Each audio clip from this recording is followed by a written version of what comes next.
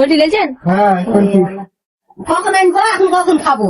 আমি বলি না আমি এক জায়গায় দেখছি মারামারি। আপুরা এবং ভাইয়ারা দেখুন হঠাৎ করে মেঘনাদের বাসায় কে এসে হাজির হলো, তাও আবার কত কিছু নিয়ে। তো বন্ধুরা দেখুন মেঘনা কিন্তু তার বাবার বাড়িতে রয়েছে।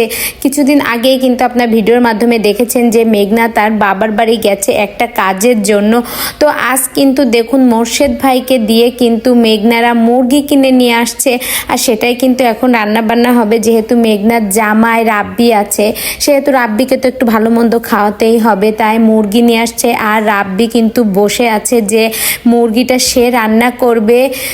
তো বন্ধুরা দেখুন এই মোর্শেদ ভাইকে নিয়েই কিন্তু মূলত রাব্বি মুরগিটা রান্না করবে, এই রকমই একটা চিন্তা ভাবনা কিন্তু রাব্বির। তো মেঘনার মা কিন্তু এখানে বলছে যে তাহলে কি আমি মুরগিটা কুটে ধুয়ে দেবো আর তোমরা কি রান্না করবে? এখন তো সন্ধ্যা হয়ে গেছে, কখন রান্না করব আর কখন তোমাদের খেতে দেব? তো বন্ধুরা এইরকমই একটা কথা হচ্ছে তাদের মাঝে। তো মোর্শেদ ভাই কিন্তু একটা জরুরি কাজে কিন্তু একটু দূরে গিয়েছিল, তাই কিন্তু তার আসতে দেরি হয়ে গেছে, না হলে কিন্তু সে তাড়াতাড়ি চলে আসতে পারতো।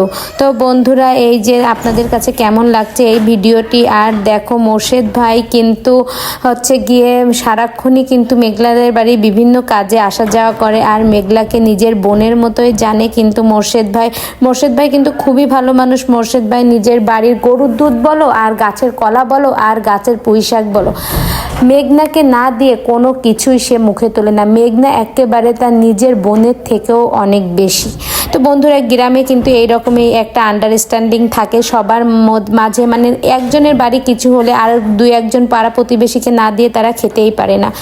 তো বন্ধুরা এই ভিডিওটি সম্পর্কে তোমাদের মূল্যবান মতামত অবশ্যই কমেন্ট বক্সে জানাও। ভিডিওটি ভালো লেগে থাকলে একটা লাইক করে অবশ্যই আমার পাশে থাকবে। ধন্যবাদ।